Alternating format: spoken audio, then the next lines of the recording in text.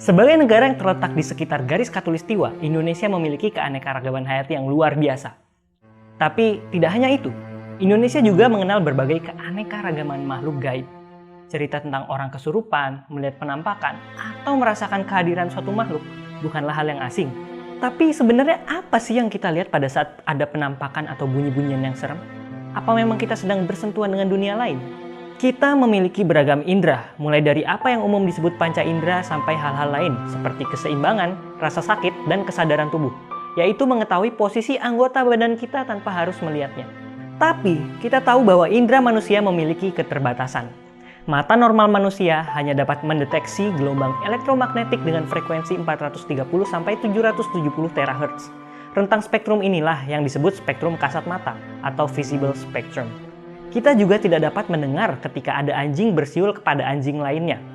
Sebab, frekuensi dari sinyal suara mereka adalah 23 sampai 54 kHz, sementara batas atas dari sinyal suara yang dapat didengar manusia adalah 20 kHz. Nah, sinyal-sinyal yang ditangkap oleh alat indera tadi akan diproses lagi di otak menjadi persepsi.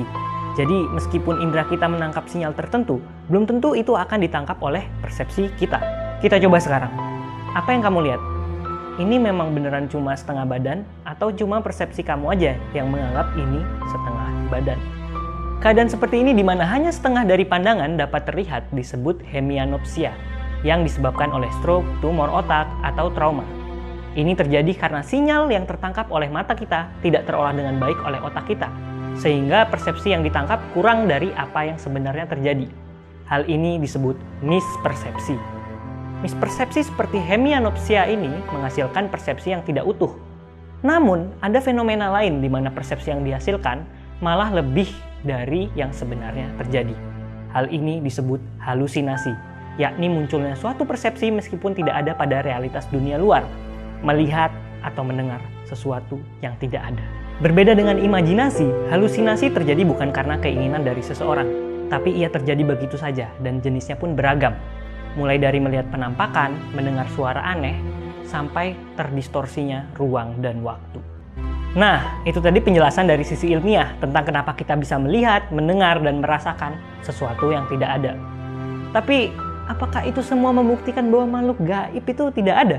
Tentu segala eksperimen tadi hanya menunjukkan bahwa ketika kita mengalami suatu bayangan tertentu, penampakan aneh-aneh, atau melihat dunia dengan persepsi ruang, waktu, suara, dan bahkan warna yang berbeda, ada kaitannya dengan aktivitas tertentu di otak. Cuman, itu bukan berarti bahwa hal itu bukan disebabkan oleh makhluk gaib, kan? Ya nggak? Gimana kalau ternyata kelainan di otak itu disebabkan karena makhluk gaib itu bermain-main terhadap saraf di otak kita? Atau malah dia benar-benar menampakkan wujudnya di dunia kita? Masalahnya, sampai saat ini kita belum punya alat yang dapat mengukur keberadaan makhluk gaib secara empirik dan bisa diuji di lab. Maka, kalau kita mau membuktikan secara ilmiah, kita harus bekerja sama dengan makhluk gaib itu sendiri, supaya mau ikut penelitian kita.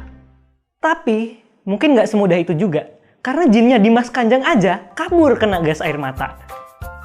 Jadi, gimana menurut kamu? Pernah punya pengalaman melihat makhluk gaib? Atau kamu punya ide gimana cara menguji makhluk gaib di lab? Share di komen.